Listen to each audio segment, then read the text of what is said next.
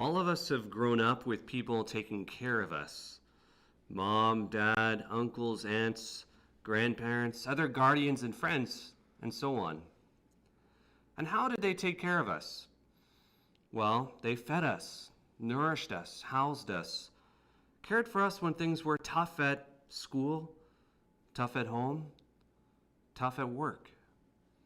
And in short, at least hopefully, they tried to care for us so that we could have the best life possible.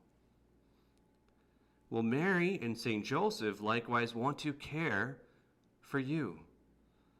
And they desire that we entrust ourselves to their care. One of the most powerful things we can do to open ourselves to that care is something called consecrating ourselves to Mary, or consecrating ourselves to St. Joseph, who we celebrate especially today. Consecration means to set something apart for a particular purpose, to set apart, or to make holy.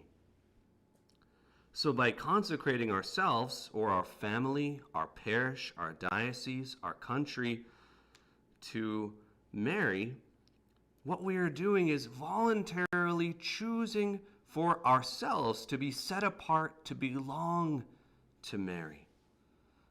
This is so that we can have their effects in our lives. They can work for us and help us much more powerfully, helping us, guiding us, leading us in every part of our life.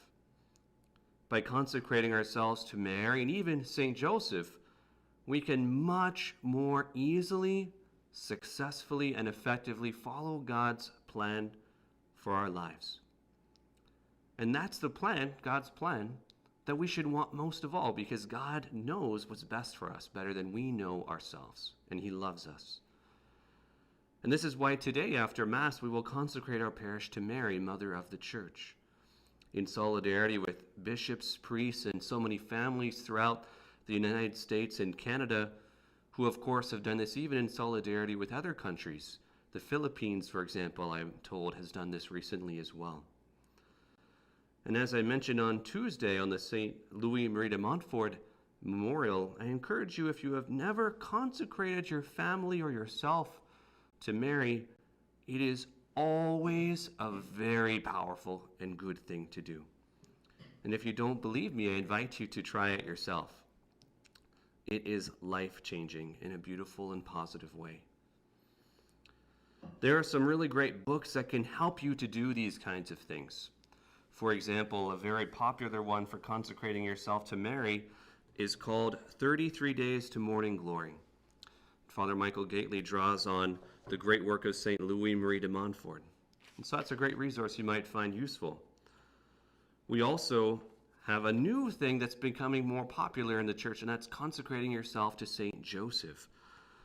Today is actually the day on which I will consecrate myself to St. Joseph, on this great day of St. Joseph the Worker, to open myself up, and something we can all do, to St. Joseph's fatherly protection in our lives. And so, after reading this book, I am very convinced that consecrating yourself to St. Joseph is a great thing that everyone should actually prayerfully consider doing. It is very powerful, and this book has been very fruitful for me. Through Jesus and Mary, we learn to follow Jesus better.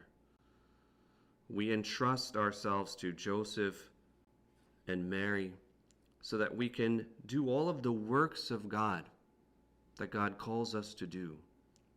They help us to love work, to see its dignity and its sacred value when we offer it for love of God and neighbor. Because even Adam was told to work before the fall. Work is a holy and sacred thing. We offer all our works to God at every Mass. So today from our hearts, we as a parish entrust ourselves to Mary, asking her to help all of us to follow God's plans for our lives and for our parish with total faithfulness. And moreover, we also ask St. Joseph to guide our parish with all of his fatherly power. St. Joseph the Worker, pray for us.